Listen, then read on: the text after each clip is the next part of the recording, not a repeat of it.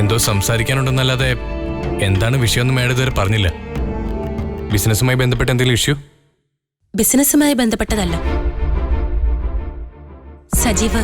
ഞാൻ വരുമ്പോ ഇവിടെ അക്കൗണ്ടന്റ് ആയിരുന്നു. അന്നത്തെ ചീഫ് അക്കൗണ്ടന്റും മാനേജരും മറ്റുമായി ചില പ്രശ്നങ്ങൾ ഉണ്ടായപ്പോ സജീവിനെ ഞാൻ മാനേജറാക്കി. ഞാൻ എന്റെ ഡ്യൂട്ടി സിൻസിയറായിട്ട് നോക്കുന്നുണ്ട് മേഡം. എനിക്ക് പരാതിയൊന്നുമില്ല. പറയാൻ വന്നത് മറ്റൊരു കാര്യം.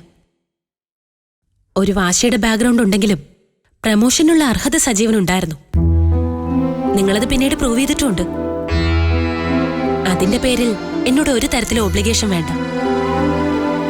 അതുകൊണ്ട് ഞാനൊരു ജോലി ഏൽപ്പിച്ച അതിലെന്തെങ്കിലും അസൗകര്യം തോന്നിയാ തുറന്നു പറയാം സജീവിന്. നമുക്കത് വിട്ടുകളയാം. അതിനെ ചൊല്ലി ഒരു നീരസം എന്റെ മനസ്സിൽ ബാക്കിയുണ്ടാവില്ല. കാരണം അതൊരു ഒഫീഷ്യൽ ഡ്യൂട്ടിയല്ല. സോ സജീവിന് മുഖത്ത് നോക്കി ധൈര്യമായി നോ പറയാം. ഇത്രയും വലിയൊരു ആമുഖം എന്തിനാണ് മേഡം? മാറ്റർ പറഞ്ഞൂടെ? ഓക്കെ.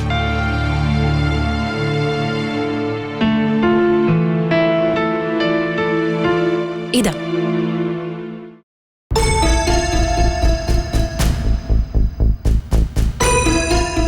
ഇതാരാണെന്ന് ഓർക്കുന്നോ?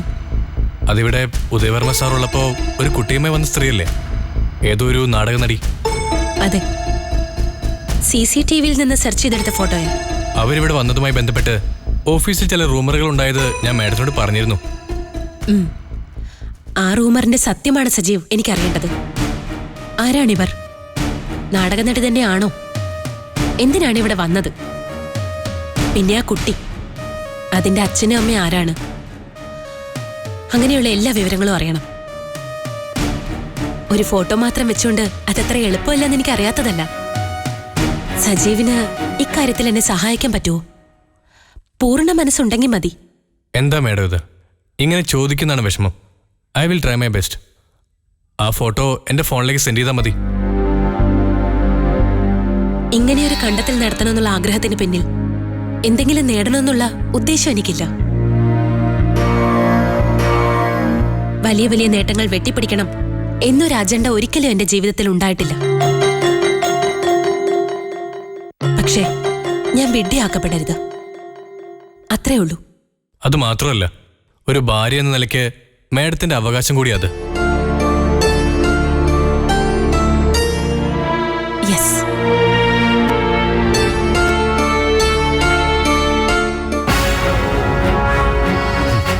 അപ്പൊ ഇതാണല്ലേ വഴിത്തിരിവുമായി വന്ന നാടക നടി? ഈ കക്ഷിയുടെ പേരറിയാവോ? ഇല്ല, ഈ ഒരു ഫോട്ടോ മാത്രമേ ഉള്ളൂ. സജീവ് ഒരു കാര്യം ചെയ്യും, എന്റെ ഫോണിലേക്ക് ഇതൊന്ന് സെൻഡ് ചെയ്യേ. ശരി. അല്ല, ഹരിക്കെന്തിനാ ഇവരുടെ ഫോട്ടോ? ഞാനൊന്ന് അന്വേഷിക്കാം. അല്ല, നന്ദന മേഡം എന്നെ ഏൽപ്പിച്ച ജോലിയാ. ആ ദൗത്യം ഞാൻ ഏറ്റെടുക്കുന്നു. ഹരി, കുഴപ്പമില്ലെന്നേ. എന്തായാലും 2 ദിവസം കഴിഞ്ഞേ ഞാൻ ഓഫീസിൽ പോകുന്നുള്ളൂ. പിന്നെ എനിക്കും ആകാംക്ഷയുണ്ട് ആ പുതിയ കഥാപാത്രത്തെ പറ്റി കൂടുതൽ അറിയാൻ. ഒന്ന് അന്വേഷിച്ചു നോക്കാം. അല്ല, ഞാനിത് ഹരിപ്രസാദിനെ ഏൽപ്പിച്ചെന്ന് മേഡം അറിയുമ്പോ? ഏൽപ്പിച്ചതല്ലെങ്കിലോ? ഞാൻ ഏറ്റെടുത്തതാണ്. അതില് രഹസ്യങ്ങളൊന്നുമില്ല. നന്ദനയോട് ഈ കാര്യം സജീവ് കൈയോടെ പറഞ്ഞേക്കണം.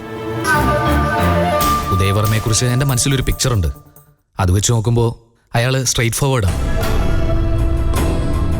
പക്ഷേ ഈ നാടകക്കാരിയുടെ എൻട്രിയിൽ എന്തോ ഒരു ദുരൂഹതയുണ്ട്. അറിഞ്ഞു വെക്കാം കാര്യം എന്താന്ന്. ആ ഫോട്ടോ അയക്കാൻ മറക്കണ്ട. ഹായ്. നേരെ റൂമിലേക്ക് പോവാണോ? പിന്നല്ലാതെ. ചായ വേണോ? തന്നാ കുടിക്കാം.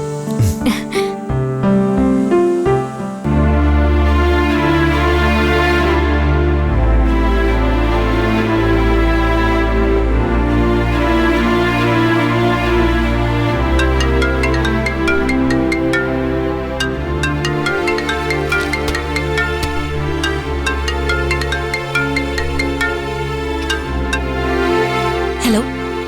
ഞാനാ. മനസ്സിലായി. ആ നാടക പാർട്ടിയുടെ വീട്ടിൽ പോയിരുന്നു ഞാൻ. എന്നിട്ട് ആളിനെ കണ്ടു. ആദ്യം അവര് ചെറിയ ജാടയൊക്കെ കാണിച്ചു. ഞാൻ ഉദ്ദേശിച്ച ആള് തന്നെയല്ലേ? അതെ, എന്റെ വൈഫായിട്ടൊന്ന് അഭിനയിക്കണമെന്നാ ഞാൻ പറഞ്ഞത്. അതെന്തിനാ അങ്ങനെ പറഞ്ഞത്? ഒറ്റയടിക്ക് നമ്മുടെ ആവശ്യം പറയാൻ പറ്റില്ലല്ലോ. എന്നാലും അവരത്ര മോശമൊന്നുമല്ല. നല്ല പ്രതിഫലം ഓഫർ ചെയ്തപ്പോഴാണ് അടുത്തത്.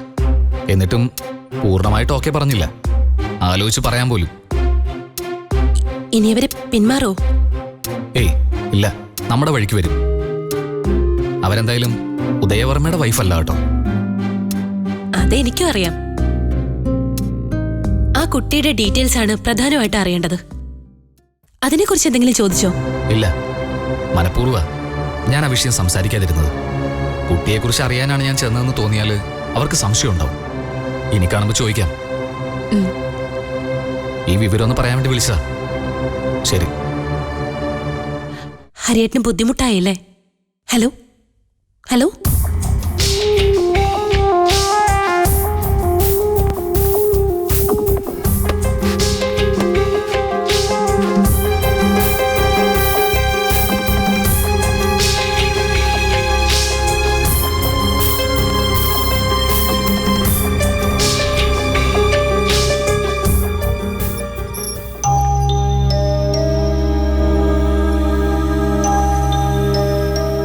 എന്താ മാഡം വിളിപ്പിച്ചത്?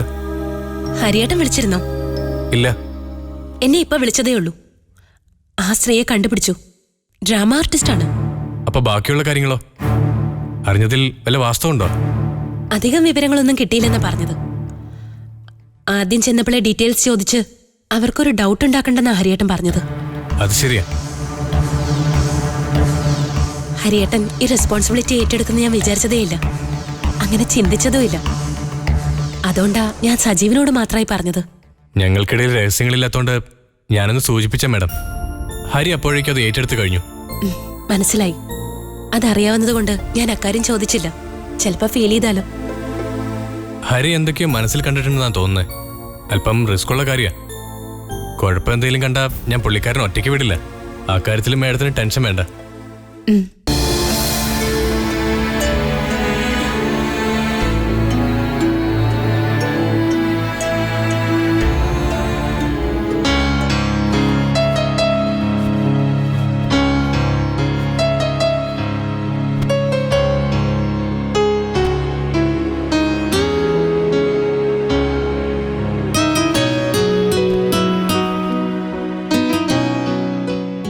അമ്മ ഇന്ന് സീരിയസ് ആയിട്ടൊരു കാര്യം ചോദിച്ചു. ഒരു വിവരം പറഞ്ഞിട്ട് എന്തെങ്കിലും തീരുമാനമായോ? 3 മാസം സമയം അനുവദിച്ചതാണല്ലോ, ആ കാലാവധി ആയില്ല. അത് അമ്മയ്ക്കും അറിയാം. എന്നിട്ട് എന്ത് പറഞ്ഞു അമ്മയോട്? എന്ത് പറയണമായിരുന്നു? അമ്മ നിബന്ധന വെച്ചത് ഞാനുമായിട്ടല്ല, ഇപ്പൊ ചോദിച്ചത് എന്നോടല്ല. അതുകൊണ്ട് എന്റെ അഭിപ്രായത്തിന് വിശേഷിച്ച് ഒരു സ്ഥാനവും ഇല്ല. അപ്പോൾ അഭിപ്രായമുണ്ടെന്ന് സമ്മതിക്കുന്നു? ഉണ്ട്. അത് അമ്മ ചോദിച്ചാൽ മാത്രമേ പറയുന്നുണ്ടോ? അമ്മയോട് പൂർണ്ണമായും തുറന്ന് സംസാരിക്കാൻ പറ്റാത്തൊരു കാര്യം എന്റെ അഭിപ്രായവുമായി ബന്ധപ്പെട്ടുണ്ട്. അന്ന് വന്ന നാടക നടിയുടെയും ആ കുട്ടിയുടെയും കാര്യം ഞാൻ പറയുന്നത്. ഒരു മുന്നറിയിപ്പ് പോലെ ഒരിക്കൽ വന്നതല്ലാതെ പിന്നീട് അവരെ കണ്ടില്ല. പിന്നെയും അവർ വരാതിരിക്കുന്നതാണോ തന്റെ ടെൻഷൻ? എനിക്ക് ടെൻഷനില്ല. എനിക്കൊട്ടുമില്ല.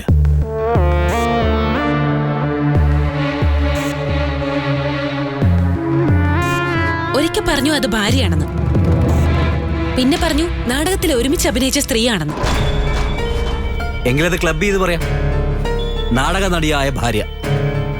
എന്താ, തൃപ്തിപ്പെടാമോ? എന്നോടുള്ള വാശി കാരണം ഇങ്ങനെ സന്ദർഭത്തിനനുസരിച്ച് തട്ടിക്കൂട്ടുന്ന മറുപടി കൊണ്ട് എന്ത് നേട്ടമാണ്? പിന്നെ താൻ പ്രതീക്ഷിക്കുന്ന മറുപടി ഞാൻ തരണോ? എങ്കിലത് ആദ്യം പറയണം. തനിക്ക് വേണ്ട ആൻസർ എന്താണെന്ന്. എന്നാ ഞാൻ ചോദിക്കാം, ഏതാണ് ആ കുട്ടി? അതിന്റെ അച്ഛനും അമ്മയും ആരാ? അമ്മയെ നന്ദനെന്ന് കണ്ടതാ, പിന്നെ അച്ഛൻ. എന്നെ കുട്ടി അച്ഛാന്ന് വിളിക്കുന്നത് താനും കേട്ടതാ. അതിനപ്പുറം ഈ ഒരു എക്സ്പ്ലനേഷൻ വേണം. അവർ ഓഫീസിൽ വന്നതും കൂടിക്കാഴ്ച നടന്നതും എല്ലാം ചേർത്ത് വെച്ച് നോക്കുമ്പോ ആകെ ഒരു പൊരുത്തക്കേടുണ്ട്. എന്നെ ആ കുട്ടിയെയും പിന്നെ ഒരിക്കൽ താൻ ഒരുമിച്ച് കണ്ടെന്ന് പറഞ്ഞു. എന്റെ ഫോണിലേക്ക് ഒരു സ്ത്രീയുടെ കോൾ വന്നെന്ന് പറഞ്ഞു. ഫോൺ ബെല്ലടിച്ചപ്പോ ഫോണിൽ തെളിഞ്ഞത് അതേ കുട്ടിയുടെ ചിത്രമാണെന്നും പറഞ്ഞു. അത്രയും ചേർത്ത് വെച്ച് നോക്കുമ്പോഴും പൊരുത്തക്കേടുണ്ടോ? എങ്കിലത് നോട്ടത്തിന്റെ കുഴപ്പമാണ്. ആ സ്ത്രീ ഭാര്യയും കൂടെ വന്നത് മോളുവാണെന്ന് ഉറപ്പായി അറിഞ്ഞെന്ന് കരുതി എന്റെ ഹൃദയം തകർന്നു പോവൊന്നുമില്ല.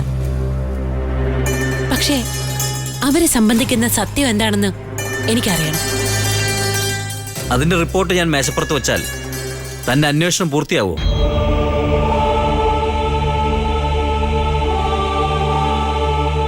അതിനുശേഷം അമ്മയ്ക്ക് കൊടുക്കാനുള്ള മറുപടിക്ക് പൂർണ്ണരൂപം ഉണ്ടാവുമായിരിക്കും. സന്ദർഭം പോലെ ഓരോ മറുപടി ഞാൻ കണ്ടെത്തുന്നതാണ് തന്റെ ആരോപണം. സന്ദർഭത്തിനനുസരിച്ച് ഓരോ ചലഞ്ച് നടത്തുമ്പോഴേ താനും അതിനെപ്പറ്റി ഓർത്തിരിക്കുന്നത് നല്ലതാണ്. ഓഫീസിൽ അവരെത്തിയ സമയത്ത് നന്ദന എന്റെ മുന്നിൽ ഒരു വെല്ലുവിളി നടത്തിയതിനെ പറ്റിയാ പറഞ്ഞത്.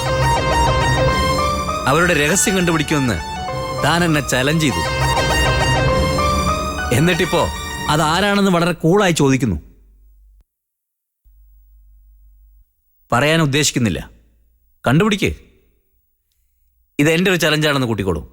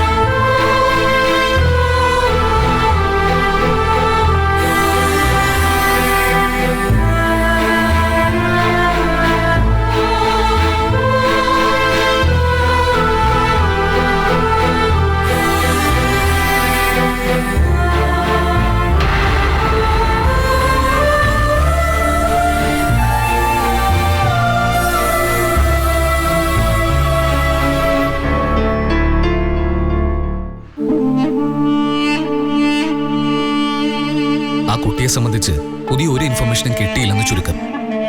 ഞാൻ പറഞ്ഞിട്ടുണ്ടല്ലോ ആളുടെ സ്വഭാവം. ഒരു തരം എസ്കേപ്പിസമാണ് തന്റെ ഭർത്താവ് കാണിക്കുന്നത്. ഒന്നുകിൽ പ്രതികരിക്കാതിരിക്കും, അല്ലെങ്കിൽ ദേഷ്യപ്പെടും. അപ്പോൾ താൻ സൈലന്റ് ആവുന്ന പുള്ളിക്ക് അറിയാം. പ്രതിരോധത്തിന്റെ ഒരു വൃത്തം തനിക്ക് ചുറ്റും സൃഷ്ടിക്കുക, അതാണ് ഉദയവർമ്മ ചെയ്യുന്നത്. മുമ്പൊരിക്കൽ സംസാരിച്ച കൂട്ടത്തിൽ പറഞ്ഞതാ ആ കുട്ടി ആരാണെന്ന് ഞാൻ കണ്ടുപിടിക്കുമെന്ന്. എന്നാ പോയി കണ്ടുപിടിക്കേ എന്നൊരു ഭാവമാണ് ഇങ്ങോട്ട് കാണിക്കുന്നത്. അത് മോളാണെന്ന് ഒരിക്കലും നന്ദനയോട് പറഞ്ഞിരുന്നില്ലേ? ഭാര്യയും മോളുവാണെന്ന് ആദ്യമേ പറഞ്ഞതാ. ഭാര്യയല്ല എന്നുള്ളത് വ്യക്തം. ഇനി അത് മകളാണെങ്കിൽ ആ കുട്ടിക്കൊരു അമ്മയുണ്ടാവുമല്ലോ. അമ്മയുള്ളപ്പോ മറ്റൊരു സ്ത്രീയോടൊപ്പം ആ കുട്ടി ഉദയവർമ്മയെ കാണാൻ വരേണ്ട ആവശ്യമില്ല. അതാ ഞാൻ പറഞ്ഞത്, എന്തൊക്കെയോ മറച്ചു വെക്കുന്നുണ്ടെന്ന്. അങ്ങനെ ഒരു ഭാര്യ മകളെയും രഹസ്യമായിട്ട് താമസിപ്പിക്കുന്ന ആളാണ് ഉദയവർമ്മയെന്ന് തോന്നുന്നില്ല. പുള്ളിക്കാരന്റെ ക്യാരക്ടറിന് അതൊന്നും അങ്ങോട്ട് ചേരുന്നില്ല. പക്ഷേ വെളിപ്പെടുത്താത്ത എന്തോ ഒരു കാര്യമുണ്ട്. താൻ മറിയിടാവണ്ട, ഞാൻ ഒന്നുകൂടെ അന്വേഷിക്കാം. ഹരിയേട്ടന് ബുദ്ധിമുട്ടായെന്ന് എനിക്കറിയാം. സ്ഥലം മാറ്റമായി ഇങ്ങോട്ട് വരേണ്ടിയിരുന്നില്ലെന്ന് തോന്നുന്നുണ്ടോ? സ്ഥലം മാറ്റം വാങ്ങി ഇപ്പൊ ഇവിടുന്ന് പോണെന്ന് തോന്നുന്നില്ല.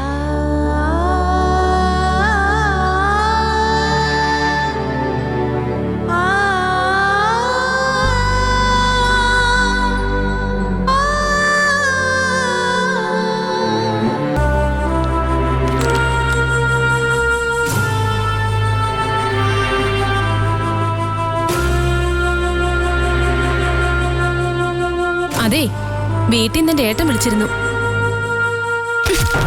പിന്നെ വായിക്കാം, ഞാൻ പറയുന്ന ഒന്ന് കേക്ക്. കേൾക്കുന്നുണ്ട്. നിന്റെ ഏട്ടൻ വിളിച്ചിരുന്നു എന്നല്ലേ പറഞ്ഞത്? വെറുതെ കുശലറിയാൻ വിളിച്ചതല്ല, കാര്യമുണ്ട്. എന്താ, നിനക്ക് സ്ത്രീധനമായിട്ട് എന്തെങ്കിലും കൂടി തരാൻ അനിയൻ ഉദ്ദേശിക്കുന്നുണ്ട്? ദേ എതിയേട്ടാ, ഇനി സ്ത്രീധനോ? ഞാൻ വല്ലതും പറഞ്ഞാ കൂടി പോവേ. തന്ന സ്ത്രീധനം എന്തൊക്കെ ചെയ്തെന്ന് ചോദിക്കാത്തത് ഭാഗ്യം. കാർത്തിക പറയുന്ന കേട്ടാ തോന്നുമല്ലോ, പൊന്നും പണമൊക്കെ കൂടി ടിപ്പർ ലോറിയിലാണ് കൊണ്ടുവന്ന് ഇറക്കിയെന്ന്. അത്രമാത്രം സ്ത്രീധനം ഡിമാൻഡ് ചെയ്യാൻ ഡോക്ടറും എഞ്ചിനീയറും മറ്റും അല്ലല്ലോ എനിക്ക് ആലോചനയായി വന്നത്. ഡോക്ടറും എഞ്ചിനീയറും ഒക്കെ കല്യാണം ആലോചിച്ച് വരാൻ നിനക്ക് എന്ത് യോഗ്യതയുള്ളത്? ഡിഗ്രി തോറ്റതോ? ആര് പറഞ്ഞു തോറ്റെന്ന്? ആദ്യത്തെ തവണ മാർക്ക് കുറവായിരുന്നു. ഞാൻ രണ്ടാമത് എഴുതിയെടുത്തു. യൂണിവേഴ്സിറ്റിയിൽ എത്രാമത്തെ റാങ്കായിരുന്നു? ദേ എഴുതിയേട്ടാ, അതും ഇതും പറഞ്ഞ് ഉടക്കം വരില്ലേ? അല്ലെങ്കിലും 2 ദിവസം ഞാൻ ശ്രദ്ധിക്കുന്നു. എന്തോ മാറ്റമുണ്ട് നിങ്ങൾക്ക്. എപ്പോഴും ദേഷ്യത്തില. എന്തെങ്കിലും ചോദിച്ചാൽ ചാടി കടിക്കാൻ വരും. മറ്റെന്തെങ്കിലും മനസ്സിൽ കേറിട്ടുണ്ടോ? പറ, ഉണ്ടോന്ന്? ഉണ്ട്. ഒന്നല്ല, ഒരുപാട് കാര്യങ്ങൾ എന്റെ മനസ്സിൽ കിടന്ന് തിളക്കിയ. ഞാനറിയാതെ ഇത്രയും തിളയ്ക്കാൻ എന്താന്ന് പറ. നിനക്കും അറിയാവുന്ന വിഷയങ്ങൾ തന്നെയാ. കുറച്ച് പ്ലാനും പദ്ധതികളും നമ്മൾ തയ്യാറാക്കിയിരുന്നു. പ്രത്യേകിച്ച് തറവാട്ട് വക ബിസിനസിന്റെ കാര്യത്തിൽ ടെക്സ്റ്റൈൽ ഷോറൂമിന്റെ ഫുൾ റെസ്പോൺസിബിലിറ്റി എനിക്കായിരുന്നല്ലോ. അതിനെപ്പറ്റി സംസാരിക്കാനാ എന്റെ ഏട്ടൻ വിളിച്ചത്. അതെന്താ വിഷയം? നേരത്തെ ചെയ്തിരുന്നത് പോലെ കുറേശ്ശെയായി ഡ്രസ്സ് ചേട്ടന്റെ കടയിലേക്ക് മറിച്ചു കൊടുക്കാമോ എന്ന്. എന്നിട്ട് നീ എന്തു പറഞ്ഞു? യതിയേട്ടനുമായി ആലോചിക്കട്ടെ എന്ന് പറഞ്ഞു. ഒന്നും ആലോചിക്കാനില്ല. ഇപ്പോഴത്തെ സാഹചര്യത്തിൽ ഒന്നും നടക്കില്ല. അതാണ് ഞാൻ പറഞ്ഞുകൊണ്ട് വന്നത്. മുമ്പത്തേക്കാൾ കമ്മീഷൻ നമുക്ക് തരാമെന്ന ഏട്ടന്റെ വാക്ക്. കഥയറിയാതെ ആട്ടം കാണുന്ന പോലെ സംസാരിക്കല്ലേ കാർത്തികേ. ടെക്സ്റ്റൈൽസിൽ നമുക്ക് എന്തെങ്കിലും ഹോൾഡ് ഉണ്ടോ ഇപ്പോ? മാനേജർ മഹേഷ് നമ്മുടെ കൂടെ നിൽക്കും. നന്ദനെ ഫോളോ ചെയ്ത് ഫോട്ടോ എടുക്കാനും കുറെ വിവരങ്ങൾ ചോർത്തി തരാനും അല്ലേ അയക്ക് കഴിയൂ. അത് മതിയോ? പിന്നെ ഇത്തരം കക്ഷികളെ അധികം ഡിപ്പെൻഡ് ചെയ്യുന്നത് സൂക്ഷിച്ചു വേണം. അവരുടെ നിലനിൽപ്പ് പരിങ്ങലിലാണെന്ന് കണ്ടാൽ അവർ ഒറ്റ ചാട്ടത്തിന് എതിർവശത്തെ കോർട്ടിൽ നിൽക്കും. മഹേഷ് പക്ഷെ കാല് മാറില്ല. നന്ദനെന്ന് വെച്ചാ അയക്ക കലിയ. അതെ, നമ്മുടെ വിഷയം മാനേജർ അല്ല, ബിസിനസ് കാര്യം ഇനി മാനേജ് ചെയ്യുന്നതിനെ പറ്റിയാണ് ആലോചിക്കേണ്ടത്. ഏറ്റവും സിമ്പിളായിട്ട് പറഞ്ഞ ഓഫീസ് കാര്യങ്ങൾ ഇപ്പൊ നന്ദനയുടെ കൈപ്പിടിയിലായി. എന്ന് പറഞ്ഞാൽ നമ്മൾ തമ്മിൽ തർക്കിച്ചിട്ട് കാര്യമൊന്നുമില്ല. ഞാൻ പറയുന്നത് ശരിയല്ലെന്ന് തോന്നുന്നുണ്ടെങ്കിൽ കാർത്തിക് മറിച്ചുള്ള അഭിപ്രായം പറയാം. ഇപ്പോഴത്തെ സിറ്റുവേഷനിൽ ടെക്സ്റ്റൈൽസിൽ യാതൊരു ചുറ്റിക്കളിയും നടക്കില്ല. ടൂറിസ്റ്റ് ഹോം ഉൾപ്പെടെ എല്ലായിടത്തും സജീവന്റെ നോട്ടമുണ്ട്. പോരാത്തതിനും നന്ദനയുടെ മേൽനോട്ടമുണ്ട്. അവരുടെ കണ്ണുവെട്ടിച്ച് ഒരു തട്ടിപ്പും നടത്താൻ നമുക്ക് കഴിയില്ല. ഞാനാവുന്നതല്ല നോക്കിയത്. നിന്നെ കുറ്റപ്പെടുത്തിയതല്ല ഞാൻ. ഇനിയിപ്പോ അങ്ങോട്ടും ഇങ്ങോട്ടും കുറ്റപ്പെടുത്തിയിട്ടെന്താ? നന്ദനയുടെ നെറ്റ്വർക്ക് നമ്മൾ വിചാരിച്ചതിനും അപ്പുറമാണ്. അത് അവളുടെ വൈഭവമൊന്നുമല്ല. നിങ്ങളുടെ അമ്മ ഡയറക്റ്റ് ആയിട്ടും ഉദയേട്ടൻ ഇൻഡയറക്റ്റ് ആയിട്ടും നന്ദനയുടെ കൂടെയുണ്ട്. അതിൻ്റെതായ സ്വാതന്ത്ര്യം അവൾക്കുണ്ട്. പിന്നെ സ്വാതന്ത്ര്യം അത് ഒട്ടും മോശമല്ല.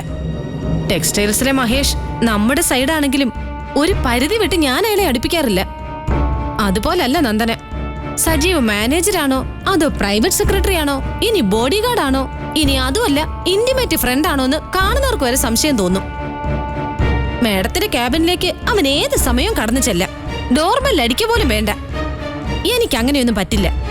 കാർത്തിക അങ്ങനെ ചെയ്യണം എന്നല്ല ഞാൻ പറഞ്ഞത്. എല്ലാം നന്ദനയുടെ കൺട്രോളിലായി എന്നുള്ളതാണ് നമ്മുടെ പ്രശ്നം. പ്രതാപേട്ടനെ വീണ്ടും വിളിച്ചു വരുത്തിയാലോ? ഉദയന്നൂരെ സ്വത്ത് കേസിന്റെ പിന്നാലെയാ പ്രതാപേട്ടൻ. ഞാൻ ഇടയ്ക്ക് വിളിച്ചിരുന്നു. അതൊരു കരക്ക് അടുപ്പിച്ചിട്ടേ മറ്റെന്തിനുള്ളൂ എന്നാ പ്രതാപേട്ടൻ പറഞ്ഞത്. എങ്കിൽ അതുവരെ നമുക്ക് വെയിറ്റ് ചെയ്യാം. അപ്പോഴേക്കും ഇവിടെ സംഗതികളെല്ലാം കൈവിട്ടു പോയിരിക്കും. നമ്മുടെ മുമ്പിലുള്ള പ്രധാന ഭീഷണി എന്താണെന്ന് കാർത്തിക ആലോചിച്ചോ? എന്താ? നന്ദനയും ഉദയേട്ടനും തമ്മിലുള്ള ബന്ധം. അവരെങ്ങാനും ഒത്തുചേർന്ന പിന്നെ നമ്മുടെ കാര്യം നോക്കണ്ട. അതിന് ഒത്തുചേരുമെന്ന് ആരാ പറഞ്ഞത്? ചേരില്ലെന്ന് ആരെങ്കിലും പറഞ്ഞോ? അങ്ങനെ സംഭവിക്കില്ലെന്ന് കാർത്തിക് ഉറപ്പുണ്ടോ? നന്ദന പൂർവ്വകാമുകന്റെ കൂടെ നിൽക്കുന്നത് കണ്ടിട്ട് ഉദയേട്ടന്റെ ഭാഗത്തു നിന്ന് ഭൂചലനവും തുടർചലനവും വല്ലതും ഉണ്ടായോ? അമ്മയെ മയക്കിയെടുത്ത നന്ദനയ്ക്ക് ഉദയേട്ടനെ മയക്കിയെടുക്കാനാണോ പ്രയാസം? അവിടെയാണ് കാർത്തിക് തെറ്റിയത്. അത്തരം നമ്പറുകളൊന്നും അവിടെ ചെലവാവില്ല. എനിക്കറിയാം ഉദയേട്ടനെ. അപ്പോ അവർക്കിടയിൽ എന്തെങ്കിലും മാറ്റങ്ങൾ വന്നിട്ടുണ്ടെന്നാണോ? ഇല്ലെങ്കിലും മാറ്റത്തിന്റെ സൂചനകളെങ്കിലും ഉണ്ട്. നമ്മളെ സംബന്ധിച്ചിടത്തോളം അത് അപകടമാണ്. അവരൊന്നിക്കുന്നൊരു സാഹചര്യം വന്നാ നമ്മുടെ കാര്യത്തിലൊരു തീരുമാനവും. കേട്ടിട്ട് എന്റെ ശരീരം വിറയ്ക്കുന്നു. ഉദയേട്ടനും നന്ദനയും ഒന്നാവോ ഏതേട്ടാ? അങ്ങനെ സംഭവിക്കില്ല. രണ്ടുപേരും ഒരിടത്തുണ്ടെങ്കിലല്ലേ ഒരുമിക്കുക എന്ന വിഷയം വരുന്നുള്ളൂ. രണ്ടിലൊരാൾ ഇവിടെ ഇല്ലാത്ത അവസ്ഥ വന്നാലോ? ഉദയേട്ടൻ എവിടെ പോകുന്നേ പറയുന്നേ? വീട് വിട്ട് പോയി കളയുമെന്ന് കഴിഞ്ഞ ദിവസം അമ്മയോട് പറയുന്നത് കേട്ടു. അത് പക്ഷേ വാശി കാണിക്കാൻ പറഞ്ഞതാ. പോകുന്നത് ഉദയേട്ടനല്ല, നന്ദനയാ. വീടും നാടും വിട്ടല്ല, ഈ ലോകം വിട്ട്. യതിയേട്ടാ, കുന്നത്തൂർ കോവിലകത്തെ കുടുംബസ്വത്ത് അവളുടെ അധീനതയിലാവുന്ന സ്ഥിതി ഉണ്ടായാൽ വേറെ വഴിയില്ല നമുക്ക്. നന്ദനയ്ക്കൊരു യാത്രയയപ്പ് കൊടുക്കേണ്ടി വരും ഈ ഭൂമിയിൽ നിന്ന്.